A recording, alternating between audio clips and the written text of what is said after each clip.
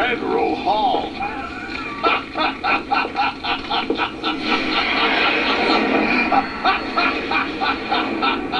are you laughing at?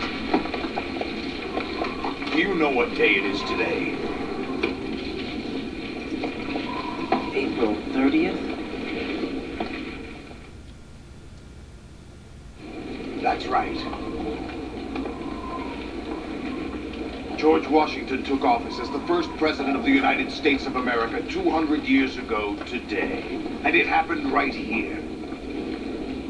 We were going to declare another independence. The dawn of a new nation. Here. The end of the Patriots' secret rule. Liberation of this country. This was where it was supposed to begin. This is where freedom could have been born.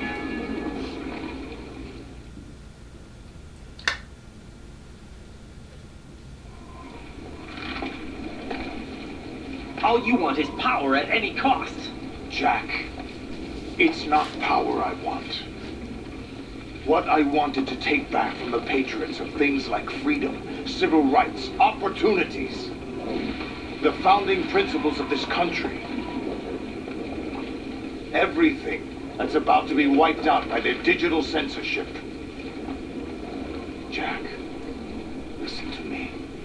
We're all born with an expiration date. No one lasts forever. Life is nothing but a grace period for turning the best of our genetic material into the next generation. The data of life is transferred from parent to child. That's how it works. But we have no heirs, no legacy. We brothers are called les enfants terribles, cloned from our father, with the ability to reproduce conveniently engineered out. What is our legacy if we cannot pass the torch? Proof of our existence, a mark of some sort. When the torch is passed on from parent to child, it extends beyond DNA. Information is imparted as well.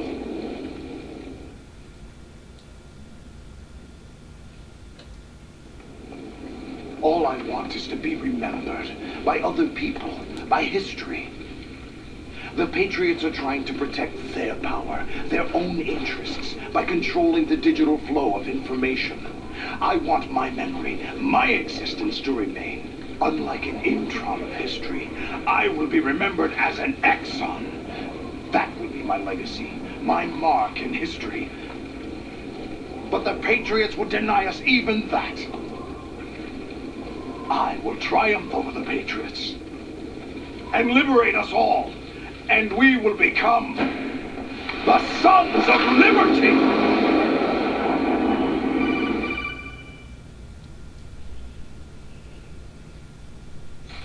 Raiden, are you receiving? We're still here. How's that possible? The AI was destroyed. Only GWs. Who are you? To begin with, we're not what you'd call human. Over the past 200 years, a kind of consciousness formed layer by layer in the crucible of the White House. It's not unlike the way life started in the oceans 4 billion years ago. The White House was our primordial soup, a base of evolution. We are formless. We are the very discipline and morality that Americans invoke so often. How can anyone hope to eliminate us? As long as this nation exists, so will we. Cut the crap! If you're immortal, why would you take away individual freedoms and censor the net? Jack, don't be silly. Don't you know that our plans have your interests, not ours, in mind? What? Jack, listen carefully, like a good boy.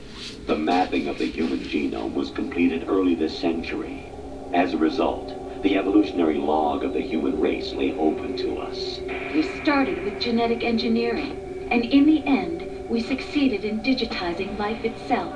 But there are things not covered by genetic information. What do you mean?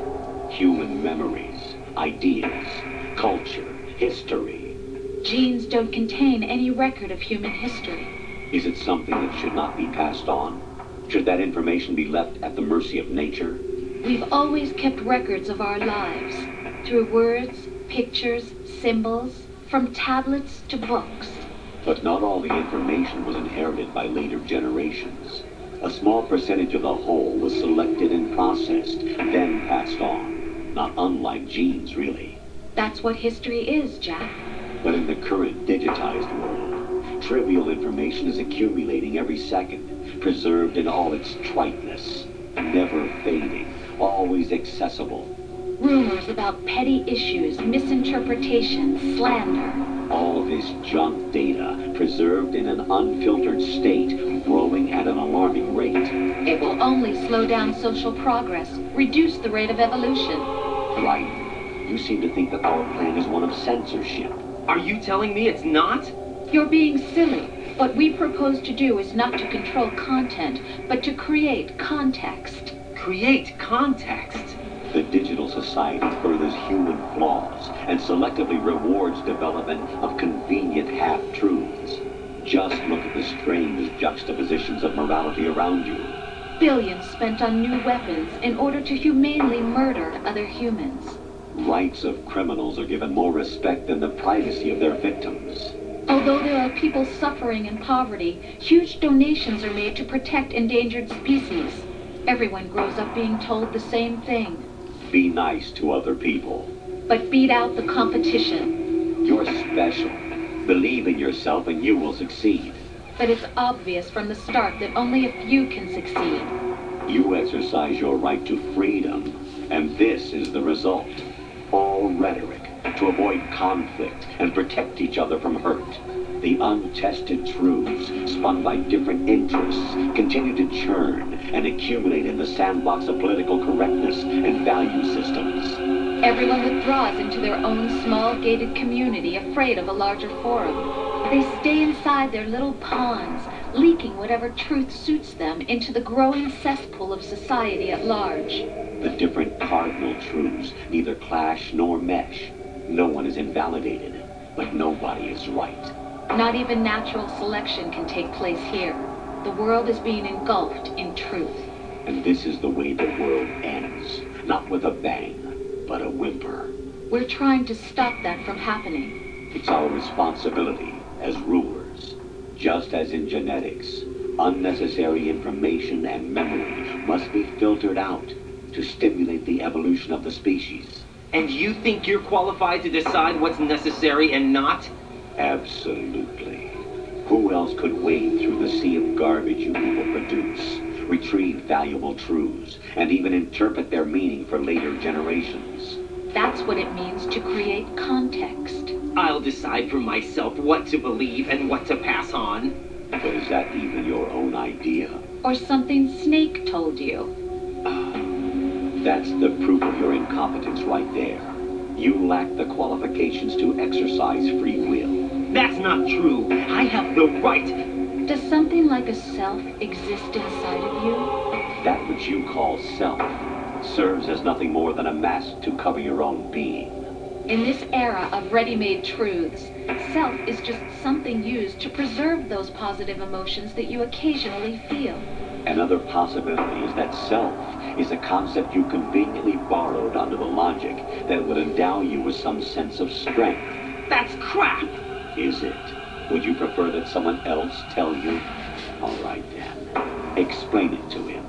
Jack, you're simply the best. And you got there all by yourself. Oh, what happened? Do you feel lost? Why not try a bit of soul searching? Don't think you'll find anything, though. Ironic that although self is something that you yourself fashion, every time something goes wrong, you turn around and place the blame on something else. It's not my fault. It's not your fault. In denial, you simply resort to looking for another, more convenient truth in order to make yourself feel better. Leaving behind in an instant the so-called truth you once embraced. Should someone like that be able to decide what is truth? Should someone like you even have the right to decide? You've done nothing but abuse your freedom. You don't deserve to be free. We're not the ones smothering the world. You are. The individual is supposed to be weak, but far from powerless. A single person has the potential to ruin the world. And the age of digitized communication has given even more power to the individual. Too much power for an immature species. Building a legacy involves figuring out what is wanted and what needs to be done for that goal. All this you used to struggle with. Now we think for you. We are your guardians, after all. You want to control human thought? Human behavior? Of course. Anything can be quantified nowadays. That's what this exercise was designed to prove. You fell in love with me just as you were meant to, after all. Isn't that right, Jack? Ocelot was not told the whole truth, to say the least. We rule an entire nation. Of what interest would a single soldier, no matter how able, be to us? The S3 plan does not stand for solid snake simulation. What it does stand for is selection for societal sanity.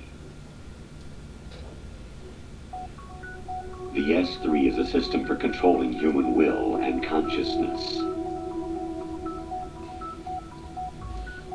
S3 is not you, a soldier trained in the image of Solid Snake. It is a method, a protocol that created a circumstance that made you what you are. So you see, we're the S3, not you.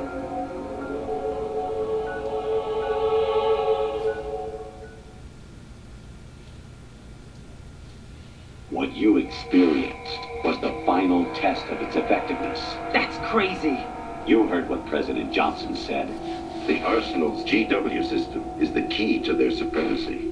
The objective of this exercise was to establish such a method. We used Shadow Moses as a paradigm for the exercise. I wonder if you would have preferred a fantasy setting. We chose that backdrop because of its extreme circumstances. It was an optimal test for S3's crisis management capacity. If the model could trigger, control, and solve this, it would be ready for any contingency. And now, we have our proof.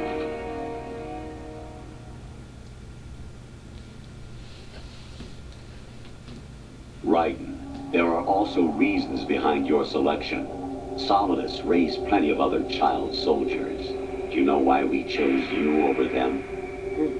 It was because you were the only one who refused to acknowledge the past. All the others remember what they were and pay for it daily. But you turn your back on everything you don't like. You do whatever you like, see only the things you like, and for yourself alone. Yes, Rose can attest to that. You refused to see me for what I was. I lied to you, but I wanted to be caught. You pretended to be understanding, to be a gentleman. You never made a conscious attempt to reach out to me. The only time you did was when I gave you no choice but to do so. I was just trying not to... What? Trying not to hurt me? Dear, the one you were trying not to hurt was yourself. Avoiding the truth under the guise of kindness is all that you did. It occurred to you to do nothing but look out for yourself. Even if you claim that it was for my sake, that feeling was nowhere to be seen. In the end, everything was for your sake. I was never part of the picture. Exactly right. So you see, you're a perfect representative of the masses we need to protect. This is why we chose you. You accepted the fiction we've provided, obeyed our orders, and did everything you were told to. The exercise is a resounding success. Didn't I tell you that GW was still incomplete? But not anymore, thanks to you. Your persona, experiences, triumphs, and defeats are nothing but byproducts. The real objective was ensuring that we could generate and manipulate them. It's taken a lot of time and money, but it was well worth it considering the results. I think that's enough talk. It's time for the final exercise. Raiden, take Solidus down. Think again. I'm through doing what I'm told. Oh, really? Aren't you forgetting something? If you die, my child dies. The termination of vital signals from your nanomachines means the death of Olga's child. Not to mention, The death of Rose. She's wired the same way. Rose, does she actually exist? Of course I do, Jack. You have to believe me. Damn! It will be a fight to the death. Solidus at least wants you dead. We will collect the necessary data from this last fight. Then we'll consider the exercise closed. So, Jack the Ripper, will it be Solidus, the Patriot's creation, or you, Solidus's creation? Our beloved monsters, enjoy yourselves.